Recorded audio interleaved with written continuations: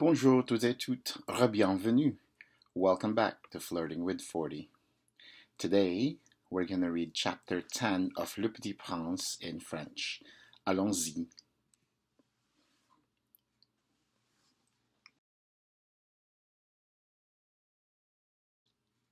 Chapitre 10.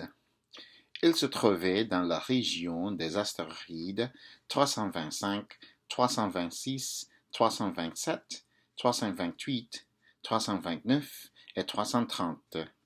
Il commença donc par les visiter pour y chercher une occupation et pour s'instruire. Le premier était habité par un roi. Le roi siégeait habillé de pourpre et d'hermine, sur un trône très simple et cependant majestueux. Ah, voilà un sujet, s'écria le roi quand il aperçut le petit prince. Et le petit prince se demanda comment peut-il me reconnaître puisqu'il ne m'a encore jamais vu. Il ne savait pas que, pour les rois, le monde est très simplifié. Tous les hommes sont des sujets. Approche-toi, que je te vois mieux, lui dit le roi, qui était tout fier d'être enfin roi pour quelqu'un. Le petit prince chercha des yeux où s'asseoir, mais la planète était tout encombrée par le magnifique manteau d'Armine. Il resta donc debout, et comme il était fatigué, il bâilla. Il est contraire à l'étiquette de bâiller en présence d'un roi, lui dit le monarque. Je te l'interdis. Je ne peux pas m'empêcher, répondit le petit prince tout confus. J'ai fait un long voyage et je n'ai pas dormi.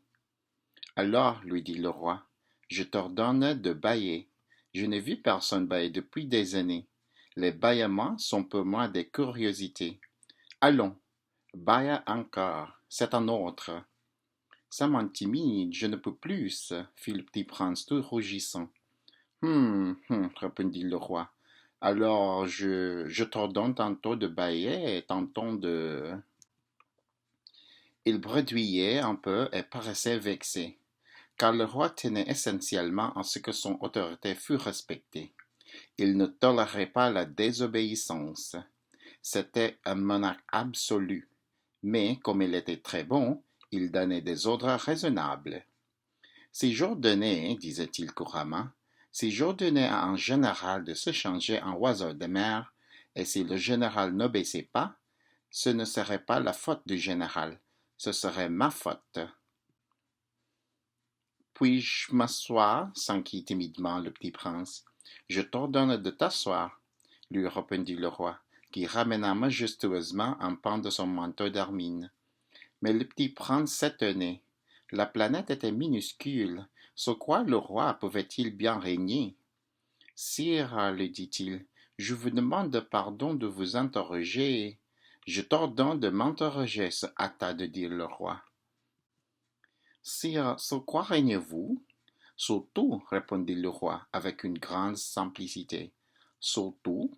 Le roi, d'un geste discret, désigna sa planète, les autres planètes et les étoiles. Sur tout ça, dit le petit prince. Sur tout ça, répondit le roi. Car non seulement c'était un monarque absolu, mais c'était un monarque universel. Et les étoiles vous obéissent? Bien sûr, lui dit le roi. Elles obéissent aussitôt. Je ne tolère pas l'indiscipline. Un tel pouvoir émerveilla le petit prince. S'il avait détenu lui-même, il aurait pu assister, non pas à 44, mais à 72, ou même à 100, ou même à 200 couchers de soleil dans la même journée, sans avoir jamais attiré sa chaise. Et comme il se sentait un peu triste à cause de ce souvenir de sa petite planète abandonnée, il s'enhardit à solliciter une grâce du roi. Je voudrais bien voir un coucher de soleil. Faites-moi plaisir, ordonnez au soleil de se coucher. Si j'ordonnais à un général de voler d'une fleur à l'autre à la façon d'un papillon, ou d'écrire une tragédie, ou de se changer en oiseau de mer, et si le général n'exécutait pas l'ordre reçu, qui, de lui et de moi, serait dans son tort? Ce serait vous, dit fermement le petit prince. Exact. Il faut exiger de chacun ce que chacun peut donner, reprit le roi. L'autorité repose d'abord sur la raison. Si tu ordonnes à ton peuple d'aller se jeter à la mer, il fera la révolution. J'ai le droit d'exiger l'obéissance parce que mes ordres sont raisonnables. Alors mon coucher de soleil? Rappela le petit prince qui jamais n'oubliait une question une fois qu'il l'avait posée.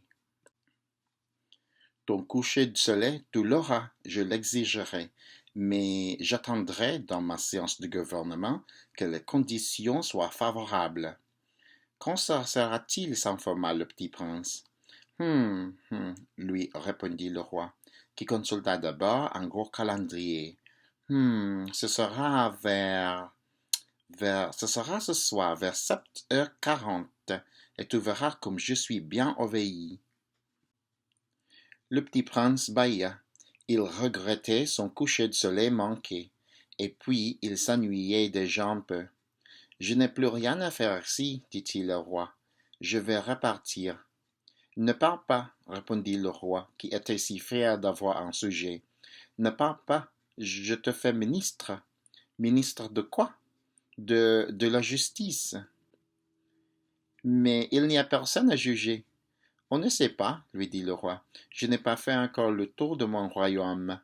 Je suis très vieux, je n'ai pas de place pour un carrosse, et ça me fatigue de marcher. Oh, mais j'ai déjà vu, dit le petit prince, qui se pencha pour jeter encore un coup d'œil sur l'autre côté de la planète. Il n'y a personne là-bas non plus. Tu te jugeras donc toi-même, lui répondit le roi. C'est le plus difficile. Il est bien plus difficile de se juger soi-même que de juger autrui. Si tu réussis à bien te juger, c'est que tu es un véritable sage. Moi, dit le petit prince, je puis me juger moi-même n'importe où. Je n'ai pas besoin d'habiter ici. Dit le roi, je crois bien que sur ma planète il y a quelque part un vieux rat. Je l'entends la nuit. Tu pourras juger ce vieux rat. Tu le condamneras à mort de temps en temps. Ainsi sa vie dépendra de ta justice. Mais tu les gracieras chaque fois pour l'économiser. Il n'y en a qu'un. Moi, répondit le petit prince, je n'aime pas condamner à mort, et je crois bien que je m'en vais. Non, dit le roi. Mais le petit prince, ayant achevé ses préparatifs, ne voulut point peiner le vieux monarque.